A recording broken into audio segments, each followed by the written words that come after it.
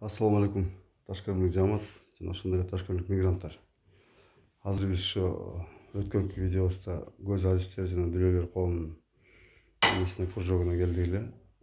Ошондон силерге видео чыгардык эле да. Азыр ошо менен толук силерге көрсөтүп беребиз кандай болуп атканын иш жүзүндө. Рахмат. Саламатсыздарбы?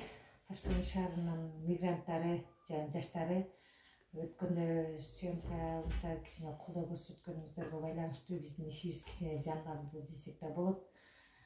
Терең ыраазычылык билдиребиз. Ошо бизде азиздер жана дүлөөлөр коомунун жетекчиси мен Жуматай Акылжан биздин ошо көз азиздер жана дүлөөлөр ортосунда колдонуучулук боюнча ишкана ачтым эле, убактылуу токтоп калган болчу. Анан азыркы учурда Аллага шүгүр, ушу 3-4 күн болду, жумуш кайра өзүнүн калыбына секин кайта баштады.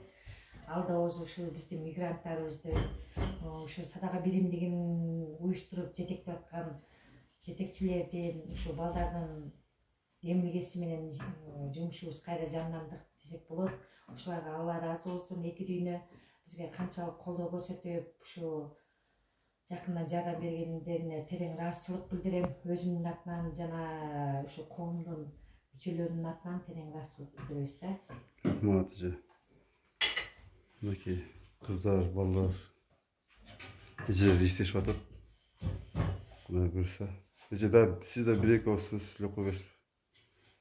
Биз ушул азиздер жана дүлөөлөр коомунун жетекчиси Жуматаева Акылжан Кадырбаеванын шарапаты менен инвалидтерге ишкана ачканбыз.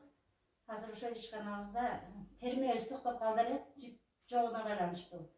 Азыр ошо терме согуп атабыз. Ромбик, анан кийин мүйүз немеси менен мынакей.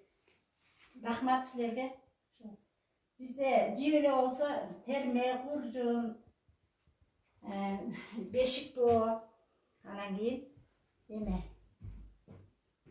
Bozuydu. Aslında Kırgızların uğutluk. Kırgız'ın ölçülüğüne gerekli nerseler öte bışık, tar sok bolat. Bunu kuda kalsa, civiz köp olsa jakında tar sokabız.